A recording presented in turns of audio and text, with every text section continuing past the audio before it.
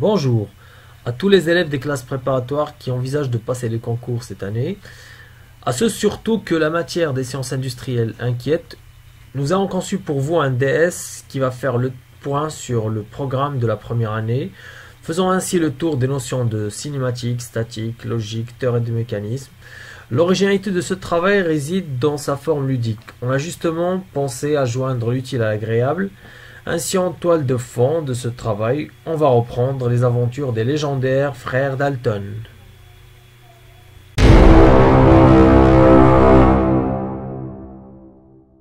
L'épisode 1 commence en prison. Joe Dalton, entouré de ses frères, est en train de concevoir une petite machine qui va lui servir pour déverrouiller la porte depuis la fenêtre. Les questions de cette partie sont liées à la cinématique de cette petite machine et visent à valider son fonctionnement. Épisode 2. Les Dalton ont quitté la cellule. Mais la surprise, c'est la grande porte qui les attend. Il leur faut un système capable d'amplifier au moins de 10 fois l'effort. On fait appel au TRIPes Fluido. Cette partie est donc consacrée à une évaluation sur les calculs des TRIPes Fluido et leur exploitation pour l'amplification des efforts. Le problème de l'effort est résolu. L'arc-boutement peut coincer la porte. Il faut donc faire un calcul de statique pour déterminer les conditions à satisfaire pour que la porte glisse. Épisode 3. Les Dalton sont libres.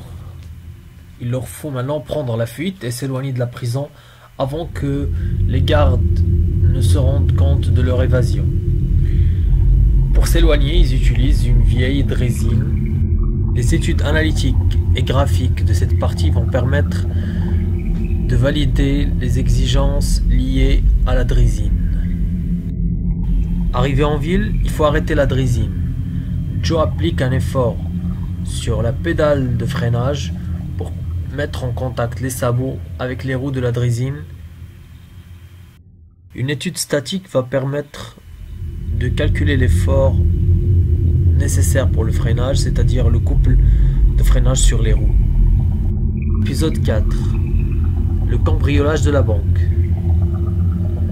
Pour éviter de se faire remarquer lors d'un cambriolage classique, les Dalton ont creusé un grand tunnel pour arriver directement dans la chambre du coffre-fort. Pour assurer le déplacement des sacs de billets et des lingots d'or, ils ont installé un chariot guidé sur rail afin de minimiser la durée du transport. Cette partie traite l'étude de la liaison entre le chariot et les rails et la recherche de la liaison équivalente ainsi que le degré d'hyperstatisme.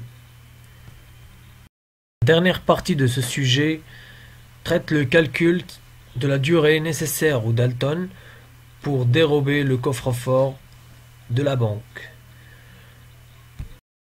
Donc j'espère les amis que cette histoire vous a intéressé dans sa forme et dans son fond.